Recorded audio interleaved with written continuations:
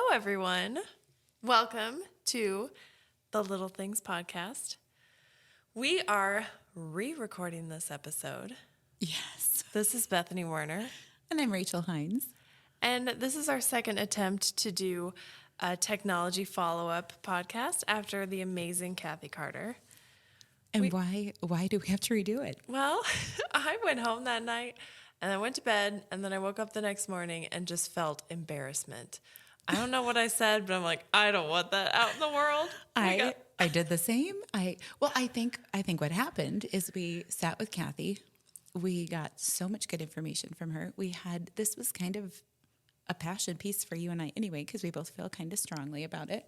And we had a lot of information and we just kept sharing.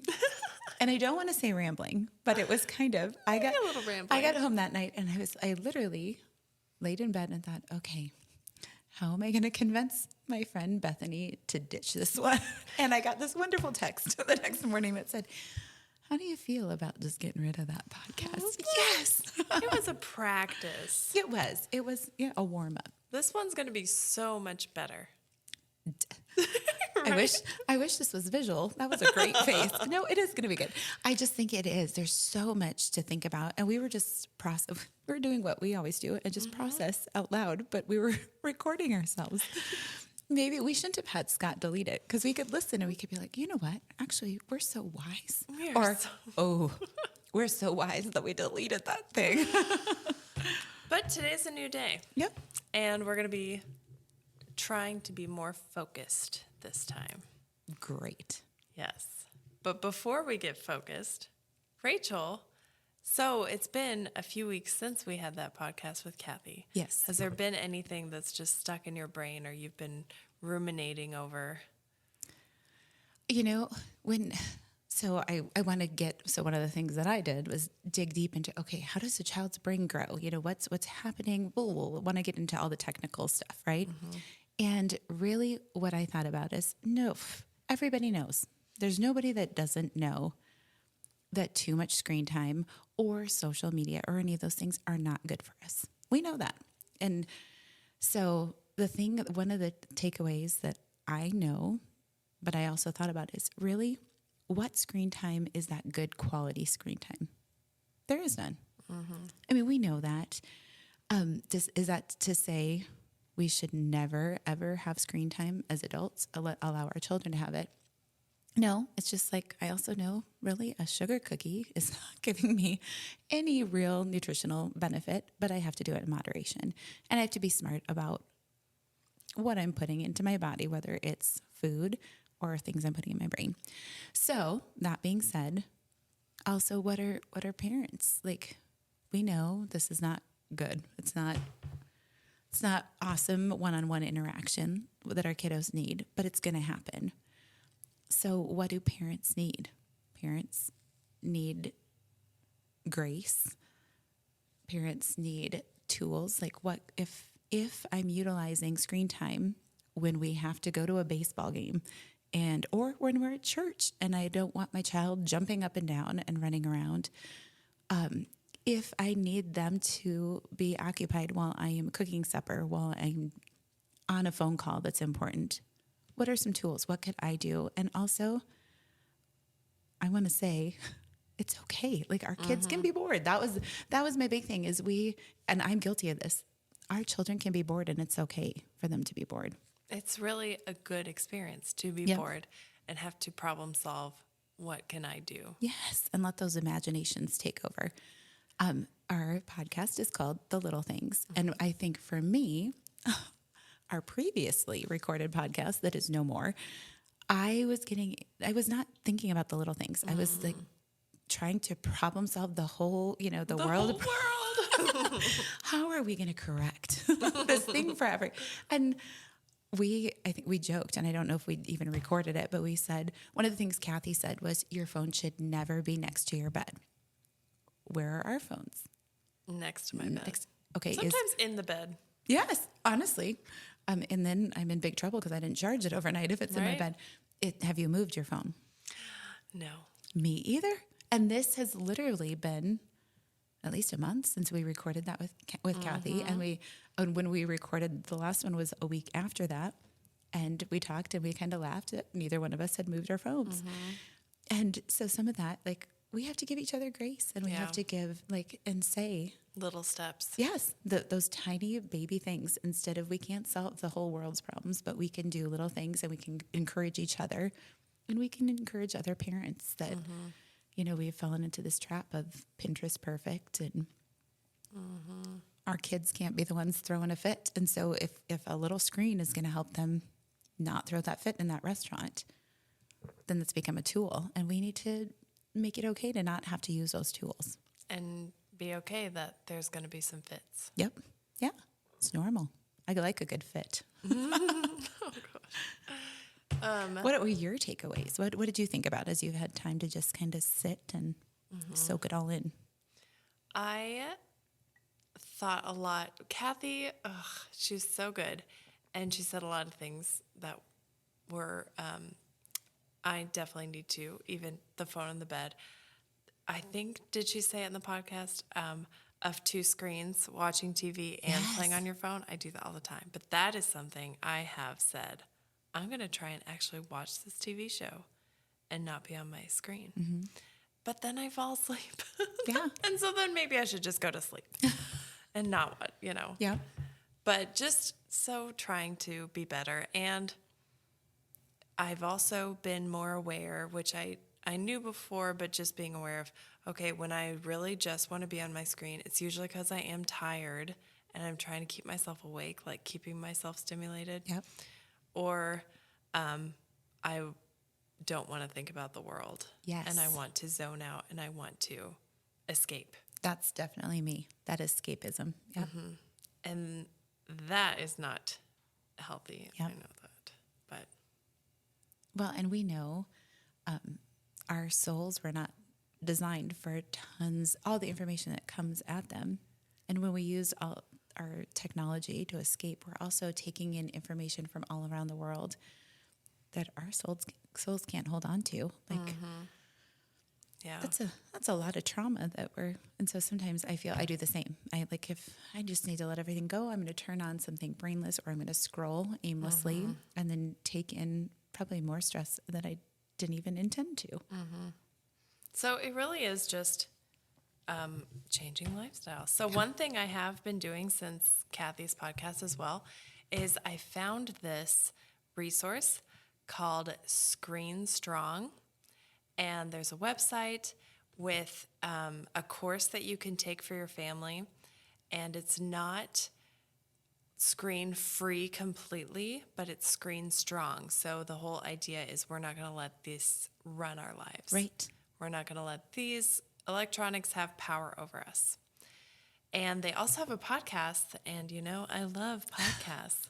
And I've been listening to them, and they're really interesting. They're really well done. And it's the woman on the podcast, and so I'm not an expert on this. Like, I'm assuming she's the founder of the whole thing, but I don't know. I guess I could have done that research before I started talking about it.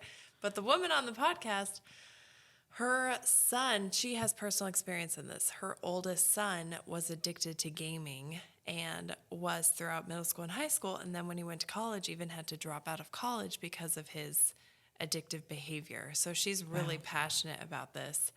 And it's really interesting. So it's from a very personal perspective. Sure. Which is cool. And it's called what? Screen Strong. And I like that because really, how reasonable would it be to just omit screens from our life? We can't. So where you're using it as a tool, right? However you're using it and giving you those tools. Love it. Yeah. So there's a podcast. Anything else that goes along with that? You said a quiz or a test for the family? It's an online resource. You can go to the website, and there's a course. I think you have to pay for it, and I think there's courses for like middle school and high schoolers too. Where it breaks it up into ages. Love it. But the podcast is a free resource to just check out and see how interested you'd be in it. But I think it's really approachable. Nice. But also very hardcore, because they're like, a lot of people wait to get a smartphone until 8th grade, and they say, no smartphone till through high school. Yeah. And she even says 8th grade is like the worst time to give your child a smartphone because That makes sense. they're right in the thick of it and right, yeah. And there's episodes on cyberbullying and just social media. And there's one episode I listened to that was super helpful on all these different apps that I don't know about, I'd never heard of, but how they can look so innocent, but here are some of the dangerous things in it. And yeah, so it's very interesting. Those are those resources that I love too, because I am not savvy when it comes to some of this. And I would have, like, there's so many apps. There was a preschooler that brought information about a show. Like, they were talking about watching the show, and the teacher, this was last year, just because building that relationship, wants to know. So she looked up the show, and it turns out, and I can't even say what it was because not because I'm protecting the show. I have no idea. I can't remember the name, but it turns out it was something not for children it was being addressed to children, but not appropriate and scary. And that's something I would have no idea. So I love anytime I can get those resources. And it sounds like this is a resource that has lots of different avenues to the podcasts, so that it kind of fits a lot of people's preference. If you're not a podcaster, who would ever? Well, then why are you listening to this? Because we're delightful. Sure. Oh, I love that. Okay, say it one more time. Screen strong. That is really hard to say. Yes. Look it up on Apple Podcasts or wherever you get your podcasts. That sounded very professional. It did. Or Google it because it's interesting. Another thing I looked up after our conversation with Kathy, she recommended that healthychildren.org. And I was just on it again today, where you can look up how to make a family media plan.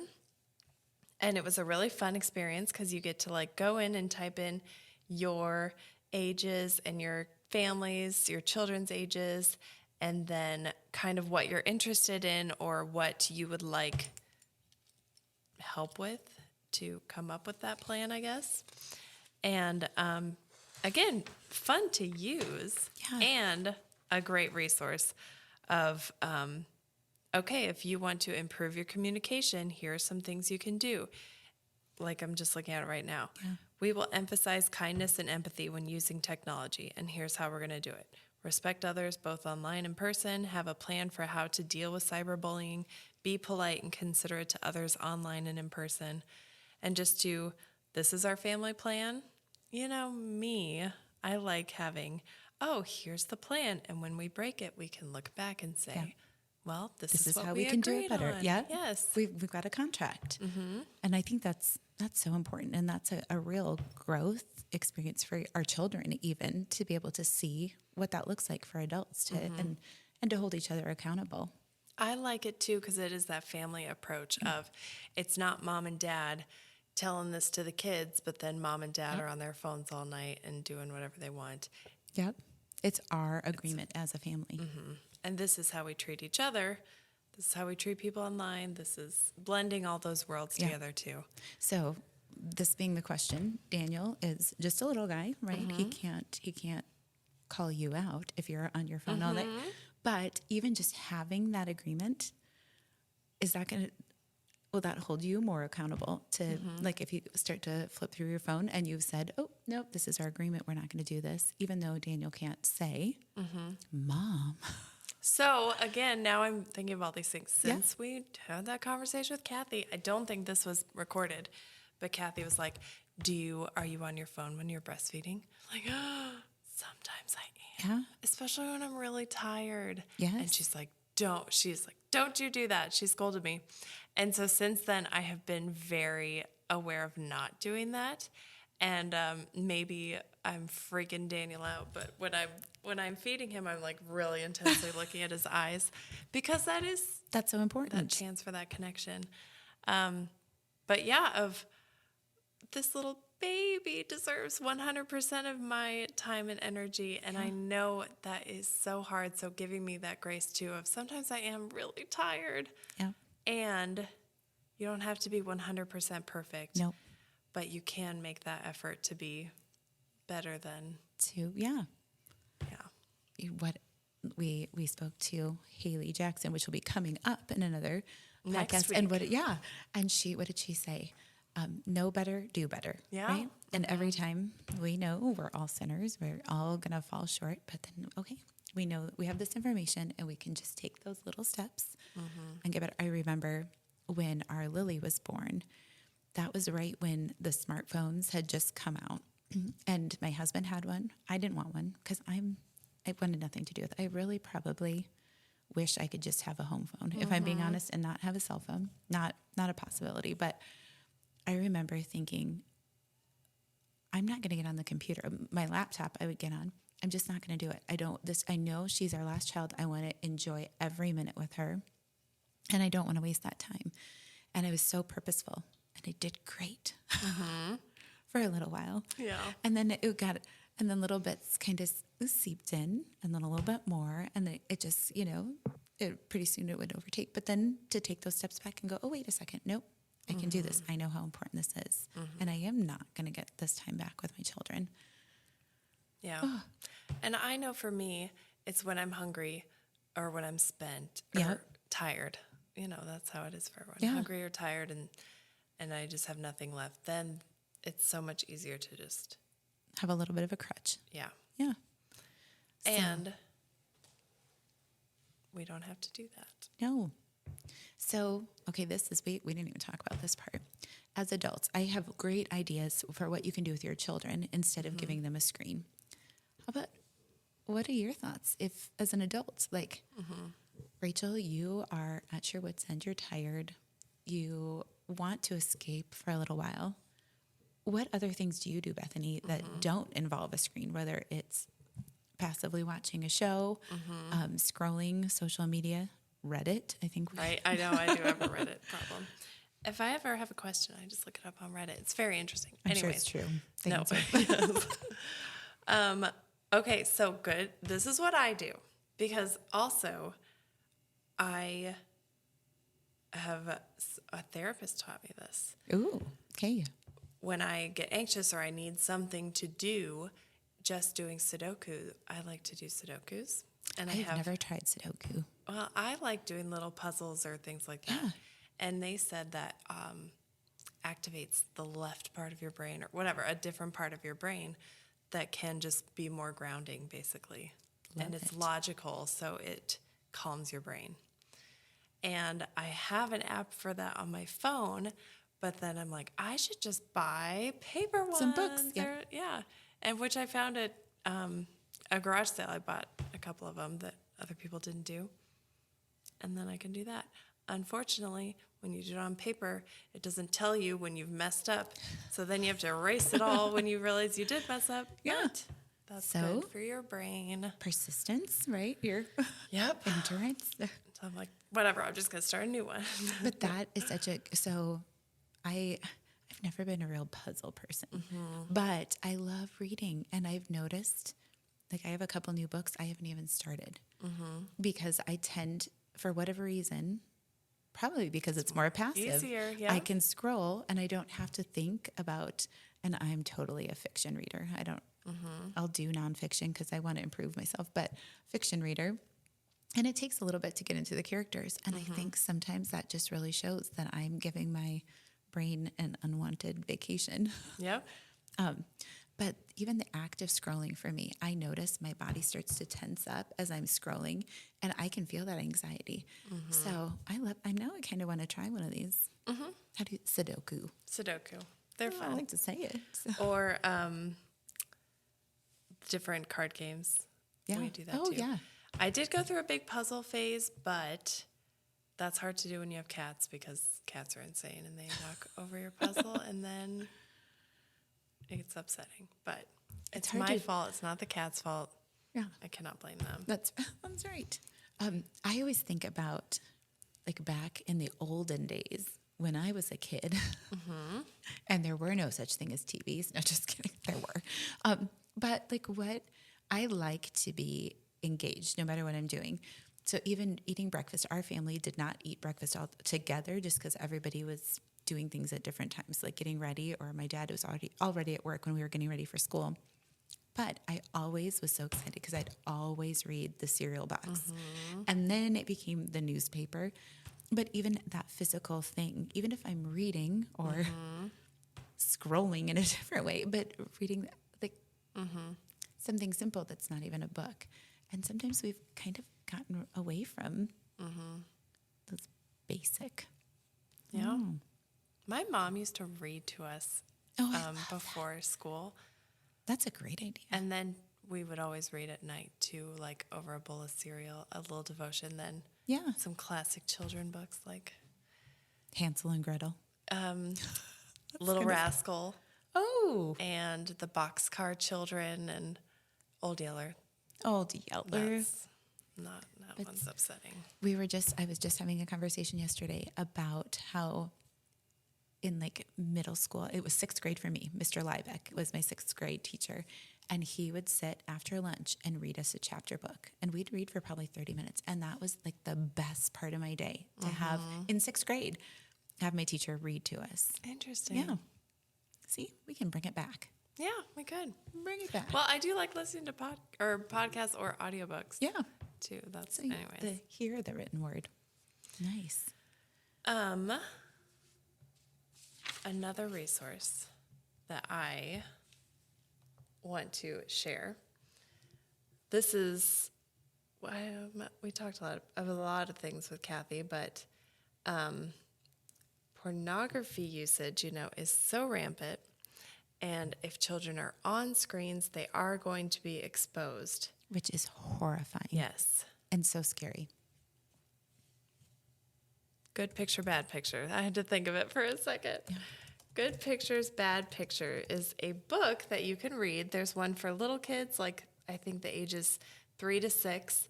Good Picture, Bad Picture Junior is 3 to 6. And then one for older kids.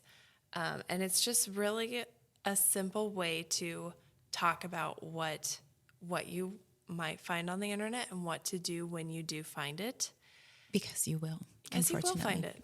Even on accident, especially on accident. Like you can't, which is sad to think about how things are marketed to kids that are not appropriate for kids and all of that. But I like the way they describe it as a bad picture is just something that makes you feel gross, I guess. Uncomfortable, Yeah, uncomfortable. And what do? You just stop and you go tell a grown-up. There's no shame. There's no you're going to get in trouble. There's no, and it tells them exactly what to do. And with all of that, and I know it's scary and uncomfortable, but grown-ups, we have to be the experts in this. Yes. To talk about this with our children first so that they don't see this or someone shows it to them on the playground or whatever. And then, I don't know if I can talk to my mom about this. Because it feels wrong. Right. And so then you feel like you need to cover it up if you don't know what this is. And But I can talk to this kid because he knows about it. He showed it to me. No, that's why we need to talk first. So you are the expert for your kids. You are the one they're going to go to, not other sources that are not maybe. Well, and parenting, unfortunately, is all about those uncomfortable things. And this is uncomfortable. Like the last thing I want to do is admit to myself that my young children could come across this and probably will. Gosh, I can't even say will come across this because it just makes me feel sick. My granddaughter will come across this at some point, and we need to be informed and the experts, just like you said, on that. So we have to do that uncomfortable thing of learning and then prepping them, but also feeling comfortable with an uncomfortable thing ourselves so that we can speak with calm and purpose to our children who need that from us. Which is why I like having a book, because it's not out of the blue, hey, let's have this conversation, which some people can be really good at. But if you're like, oh, we're reading books, we'll just throw this one in for tonight and let's see where it goes. See where the conversation takes you. Yeah. I think our table's making noises. I can't tell. I don't know why. Oh, yep, it is. It is the table. That makes it kind of more exciting. It gives us, it's getting close to Halloween. Maybe it's a little creepy feel. For sure. Sound effects. We are moving up a notch and in our podcast when we have sound effects, just like on Annie when they had all the, Yeah. ooh, somebody's in the studio. Who wouldn't want to listen to this? This is fabulous. We're not rambling at all during this podcast. Can you just so on imagine, topic. listeners, can you imagine the last one? If this is non-rambling. If this is the good one, you have no idea.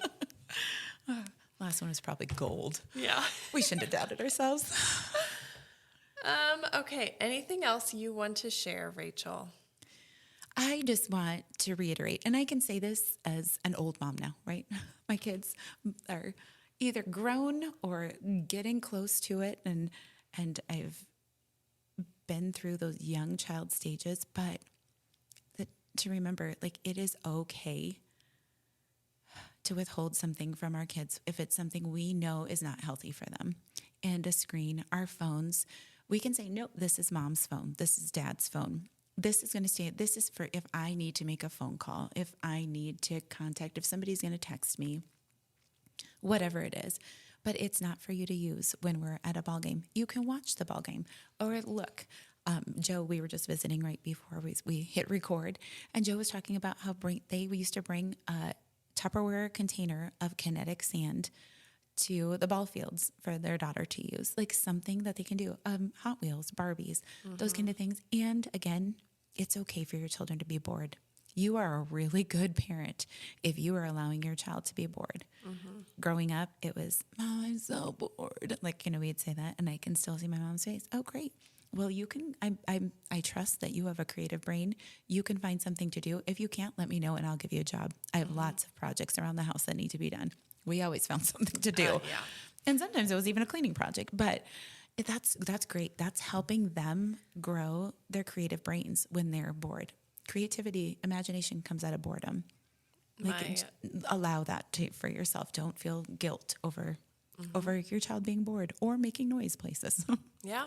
And think how many times we are bored as an adult and we have to entertain ourselves or look around or think or even reflect on our own thoughts and emotions, which is what we want to avoid. Yeah. If we're constantly distracted or if our kids are constantly distracted. Yep. That's what I think sometimes in church too, or if our attention spans are so short, how are we ever going to listen to a sermon? Right. Or just be still and meditate on God's word. Yeah.